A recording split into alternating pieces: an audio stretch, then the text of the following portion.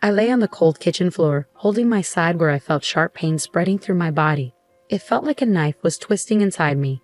My 7-year-old daughter, Lily, stood nearby, her small face showing how scared she was. "Mommy, are you okay?" Lily's voice shook, barely louder than a whisper. I tried to sound calm despite the pain. "I'll be fine, honey, just a bad stomach ache," I lied, trying to hide how serious it was. Footsteps echoed through the hallway as my husband David appeared in the doorway. His face showed annoyance instead of concern.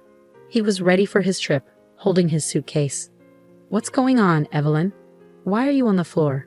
David asked, sounding annoyed. "I think it's appendicitis, David. It's really bad. We need to go to the hospital," I managed to say, each word hurting me. He scoffed. "Appendicitis? You're probably overreacting. It's likely just indigestion." "But David, I really think..." My words were cut off by a sharp pain, making me wince. David checked his watch, clearly impatient. "I can't miss this trip with Rachel. Just call a taxi or something."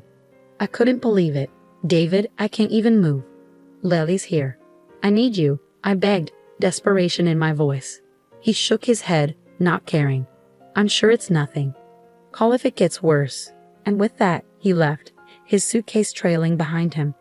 I was left alone in pain with Lily. Lily's small hands found mine, her tears matching my own. "Mommy, don't be sick. You have to be okay." I gathered what little strength I had and pulled Lily close. "I'm here, darling. Mommy's here." With David gone, I knew I had to act. With shaking hands, I grabbed my phone and called the only person I knew I could count on, my brother Michael. The phone rang, its sound piercing the quiet kitchen. "Hello," Michael's voice came through, a beacon of hope. "Michael, it's Evelyn. I need help. I think it's appendicitis. I can't move and Lily is scared," I managed to say, each word a struggle. There was a brief silence, then Michael's voice, calm and steady. "I'm on my way. Hold tight, Evelyn. I'll be there soon." Leaning against the cold tile floor, I closed my eyes, trying to endure the pain. Lily nestled close to me, a small comfort in the midst of turmoil. In that moment, a determination grew inside me. David's abandonment during my crisis wouldn't be forgotten. It was a deep hurt, a betrayal that marked a turning point. As I waited for Michael, one thing became clear: things would change. In the hospital bed later, surrounded by sterile walls and beeping machines, a sense of calm settled in. The surgery for my appendicitis went well, but David's emotional absence still stung. I had called my parents to care for Lily while I recovered, their voices filled with concern and unspoken questions about David's whereabouts. 3 days later, I was back home, the physical pain now a dull reminder of the recent ordeal. Lily greeted me eagerly, her face lighting up at my return. "Mommy, you're back. Are you all better now?" Her innocent question warmed my heart. "I'm getting there, sweetie," I replied, hugging her tightly, grateful for her presence. The peace of our reunion was shattered the next day by the slam of the front door. David and his sister Rachel burst in, their voices filled with frustration. "Why didn't you pick us up yesterday? We had to spend extra on a taxi and train fares." David's accusatory voice rang out as he entered the living room. I felt a surge of anger at his boldness. "Welcome back. Must have been quite a journey," I said coldly, locking eyes with him. David halted, taken aback by my icy reception. Even Rachel seemed surprised by the tension. "What's with the attitude, Evelyn?" David demanded. I couldn't hold back anymore. "While you were enjoying your trip, I was in a hospital," I said, my voice steady but simmering with anger. "And you, Rachel, always demanding David's time without considering his family." Rachel flushed and David appeared bewildered. "What are you talking about? You were fine, right?" he replied, sounding dismissive. "It's not just about being okay, David. It's about being there when your family needs you," I shot back, my frustration boiling over. Before David could respond, the living room door swung open, revealing Michael, our parents, and David's parents, 14 eyes, filled with varying degrees of anger and disappointment, fixed on David and Rachel. "Why is everyone here?" David's voice faltered, his confidence waning under their collective glare. Taking a deep breath, I channeled my pain and betrayal into words. "David, you left Lily and me alone when we needed you the most. I had to go to the hospital, and you weren't there. I've told everything to our families." David seemed to shrink under the weight of my words, his usual bravado absent. His eyes darted around, searching for support but finding none. It's not just about this one incident, David. It's about all the times you've prioritized Rachel over your own family, my brother Michael added, his disappointment evident in his voice. Rachel, typically confident, appeared uneasy, shifting her gaze between the floor and the upset faces around her. David attempted to defend himself, offering excuses and justifications. The confrontation grew heated, tension thick in the air. But for me, it marked a turning point. I realized I couldn't continue living in the shadow of David's neglect. It was time for change, time to assert myself and protect Lily. The meeting concluded without resolution, but the message was clear. I had the support of both our families, and David's careless facade had been shattered. As they departed, David's parents glanced at me with sympathy, silently acknowledging their son's shortcomings.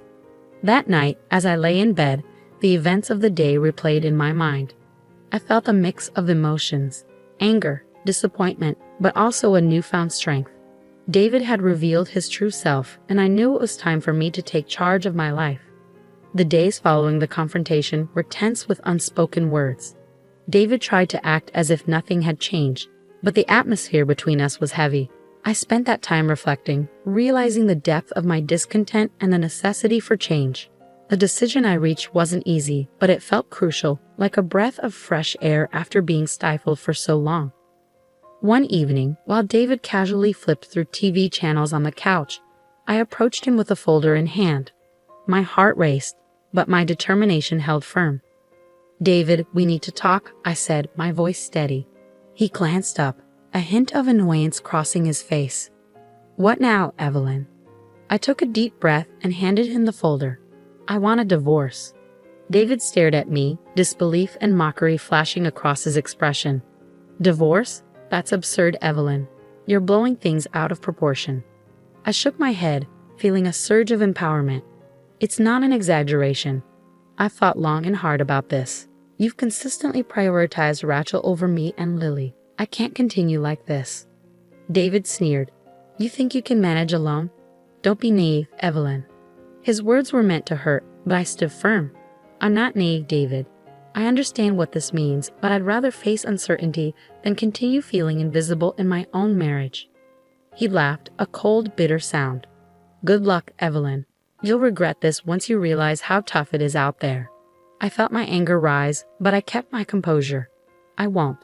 This is my decision, and I'm sticking to it." For a moment, David seemed like he might argue further, but then he shrugged, a smug smirk on his face. "Fine, have it your way. But remember, I warned you." As he turned back to the TV, dismissing me once again, I felt a whirlwind of emotions. There was fear, certainly, but also a powerful sense of liberation. I was finally taking charge of my life, stepping out of the shadows. The next day, I started the legal process for divorce. It was overwhelming with all the paperwork and legal steps, but I was determined. My parents and Michael were supportive, offering help and encouragement. During this time, David's true nature became clearer. He was dismissive and uncooperative, trying to intimidate me into giving up.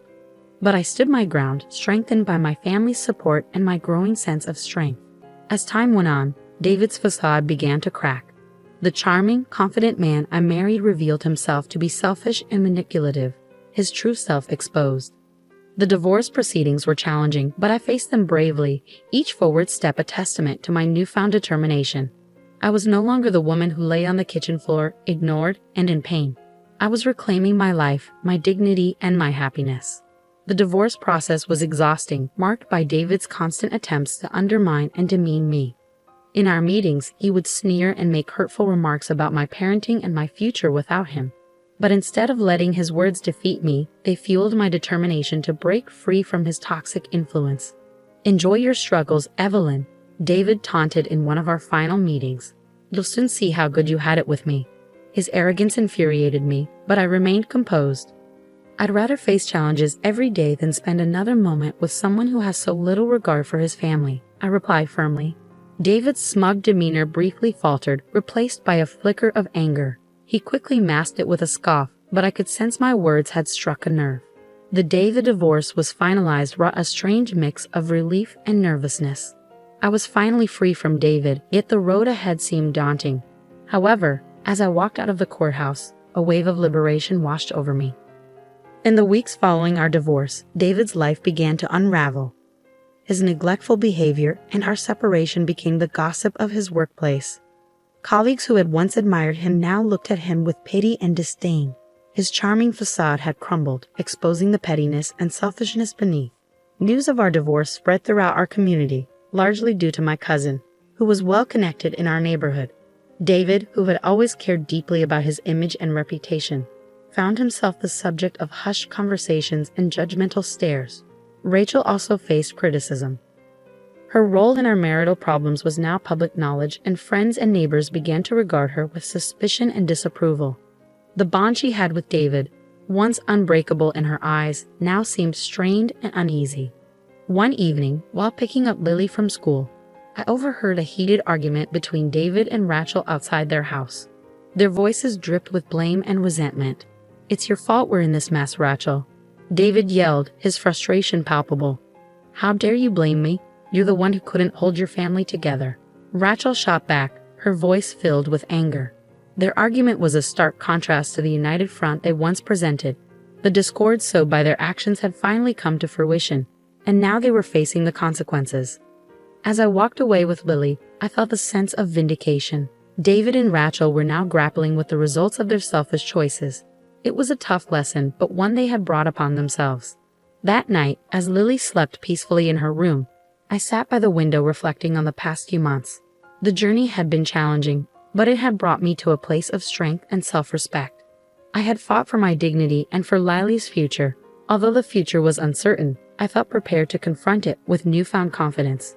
In the aftermath of the divorce, life settled into a new rhythm, one that was quieter yet more fulfilling. The weight of my unhappy marriage had lifted, replaced by a newfound sense of independence. I began rebuilding my life step by step, with Lily by my side. My first priority was finding a job. The gap in my resume from years spent focusing on motherhood was a concern, but I was determined.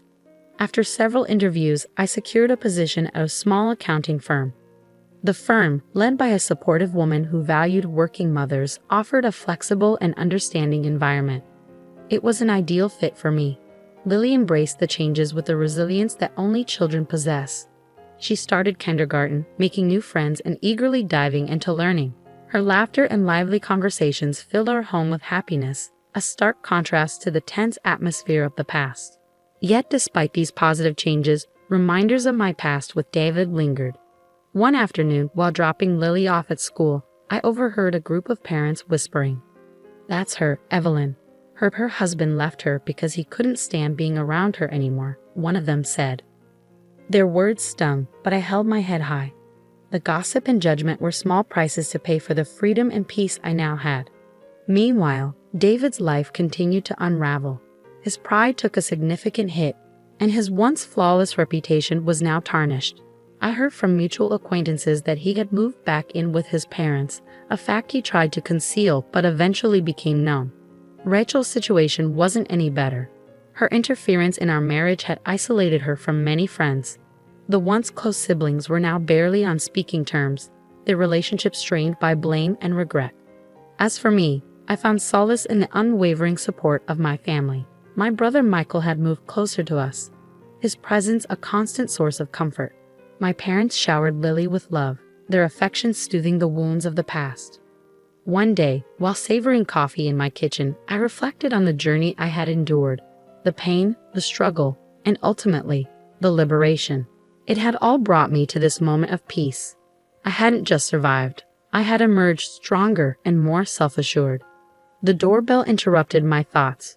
Opening it, I found David standing there, wearing a look of defeat.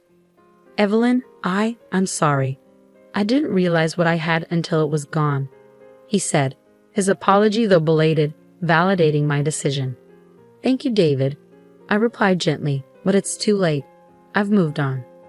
As I closed the door on David and the life we once shared, a sense of closure washed over me. That chapter of my life had ended, and a new one was beginning. In this new chapter, I was the author of my own story, free to shape my future as I saw fit.